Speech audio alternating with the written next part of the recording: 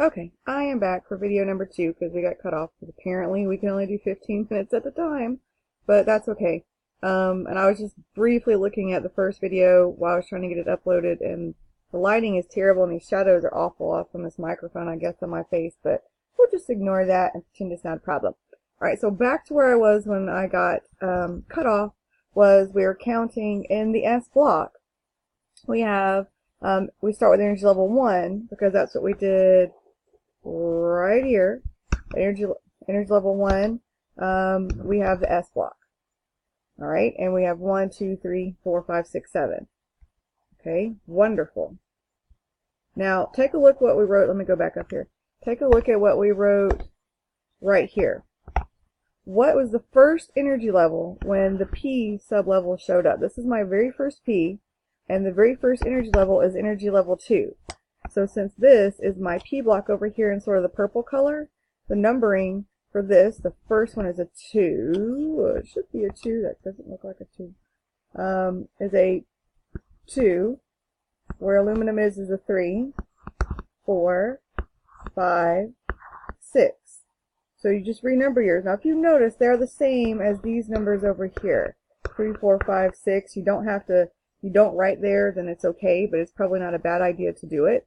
But the energy levels where the P first shows up is at energy level 2.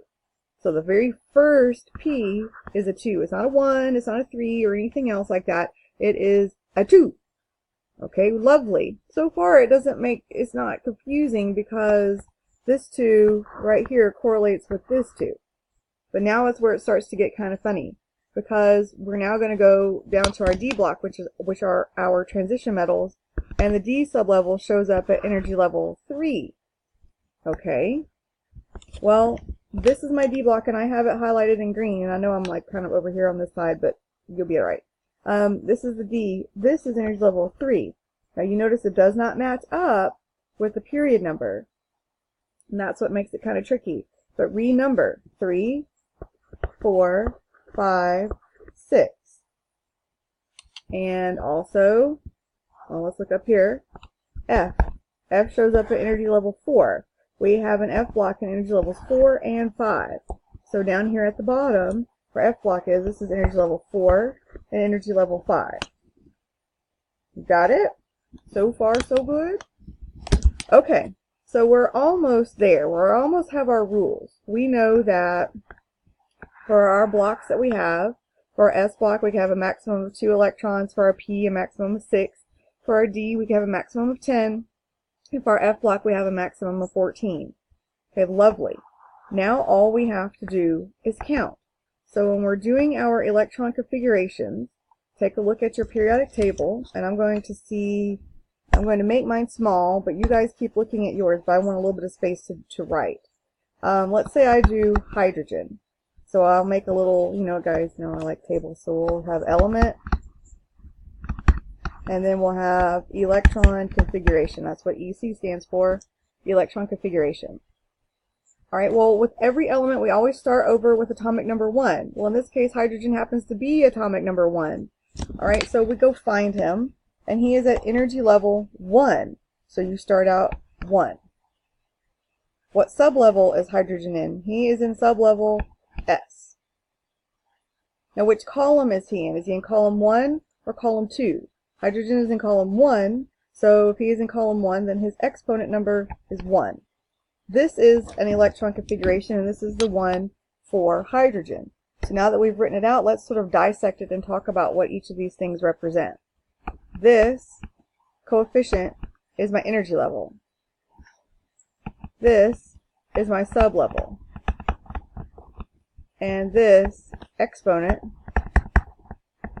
equals basically the column number. Right, equals the column number that you're in within that sublevel. Okay, so far it's not so bad. Let's try another one. Let's do helium. Now helium, just like always, you go find helium. He is atomic number 2. But we cannot start with 2, we have to start with 1. So we go to energy level 1, we start with hydrogen always. It's 1, it's in the S. Now helium happens to be in the 1s just like hydrogen. So which column, 1 or 2, is helium in? Well, it's actually, I know he's over here on the far right over by group 8, but I said pretend he was here. And so his exponent is actually a 2. Most kids don't have any problems with that. But now we're going to start going past helium. And let's try lithium. Well, lithium is atomic number 3. And if you go find atomic number 3, lithium, he is in energy level 2. And that's great, and we need to know that. But we always have to start when we're writing out his electron configuration with hydrogen. So I've got to get up to atomic number 3. Alright, so lithium, we start with hydrogen, which is 1s. And I have to account for both hydrogen and helium. 1, 2. Exponent is 2. After 2, 1s2, that takes me hydrogen, helium. After helium comes number 3, which is lithium. We'll go find lithium. We've now switched energy levels and or sublevels. So now lithium is at energy level 2, sublevel S. He is in the 2s, so his column number is 1. So he is 1s2, 2s1. Now, the other thing that I haven't told you yet, some of you may have figured it out, but these numbers equal your number of electrons. And so these are all atoms that we're doing right now, which atoms mean no charge. So the protons and electrons are the same. Then that means that for lithium, if you count that up, 2 plus 1, in this case equals 3, which means he has 3 electrons, which is true, because he has 3 protons. So it always has to equal. So you can always check yourself and go back and see if you've maybe messed something up. All right, we'll go, just keep going in order. Let's do beryllium.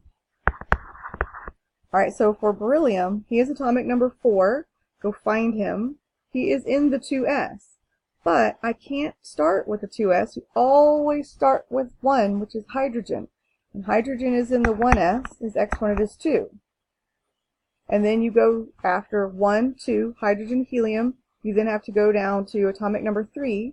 Atomic number 3 is in the 2s.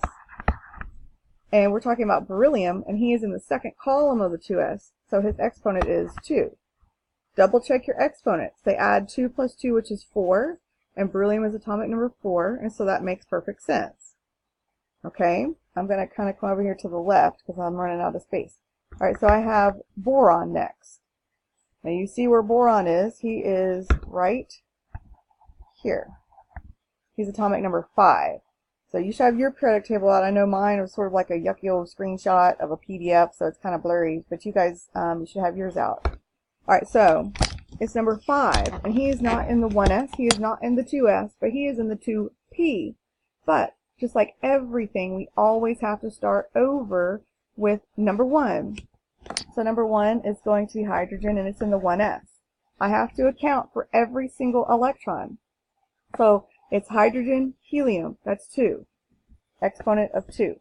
I cannot put any more than 2 in an s, because if you look over here, s's can only hold a maximum of 2 electrons. Alright, so after number 2 comes 3. Well, 3 puts me down where lithium is, and that is going to be in the 2s. Great. So that's 2s1, which is lithium, 2s2, which is beryllium. That takes me to atomic number 4. I need one more to get to atomic number 5, so after 4 comes 5, and that takes you over here to beryllium. Look at his energy level. He is in the 2. Look at his sub-level. He is in the P block. Now, which column is he in the P block? You've got 1 through 6.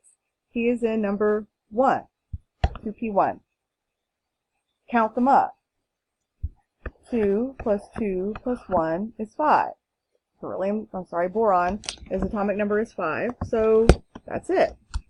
Alright, so I'm going to skip and do oxygen. Alright, oxygen is right here. Alright, we'll count him. See, you see that he is in the 2p, just like boron was. Alright, but since he is in the 2p, we start out with hydrogen always, 1s2, because you have to account for both hydrogen and helium. Then the 2s for lithium and beryllium, so the exponent is 2. The 2p, oxygen's in the 2p, so you need to put the brakes on. Don't put an exponent of 6, because he's in the 2p. You only put an exponent of 6 if he was neon. Alright, but we have to count which column is he in. 1, 2, 3, 4. And we already counted it up above as well. So 2p4. Count up your exponents and see what they equal. Alright, I have 2 plus 2 plus 4. That equals 8. Is that oxygen's atomic number? Yes, it is. So at least you might not have done it 100% right, but it is a check to see if maybe you're kind of in the right ballpark with your exponents anyway if you do that check. Alright, I'm going to switch and go do somebody more complicated, and then I am done talking to you about this stuff for now. Let's see. What I want you to do, or I will do with you, let's go do iron. Oh, the green blends in. Iron, Fe. Alright, so take a second to see if you can do iron. Start with hydrogen. Pause the video if you need to. See if you can figure iron out yourself. Count. Pay attention. Go in order. This is a big one.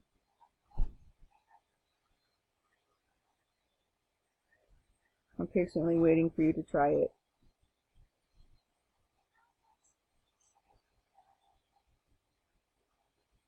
Okay. Hopefully you paused it, because I'm not going to sit here all day. Alright, so we're going to iron. And now take note of where iron is. He is in the 3D. So when you get to 3D, put the brakes on and go count your columns. But before then, you've got to go backwards and go all the way to hydrogen and count. Hydrogen is 1s. You're going to count all of everybody in all of your columns until you get to the energy level and sublevel where your element is located. So you have your 1s, 1, 2, hydrogen, helium. Then you're going to go down to your 2s, which is lithium, beryllium. Count both of them, exponent of 2. Then you're going to go over to the 2p. Boron all the way to neon, we're going to count all 6 of those guys. Alright, that should take us to atomic number 10. Alright, after 10, there's 10 there. After 10 is 11. Well, that is sodium.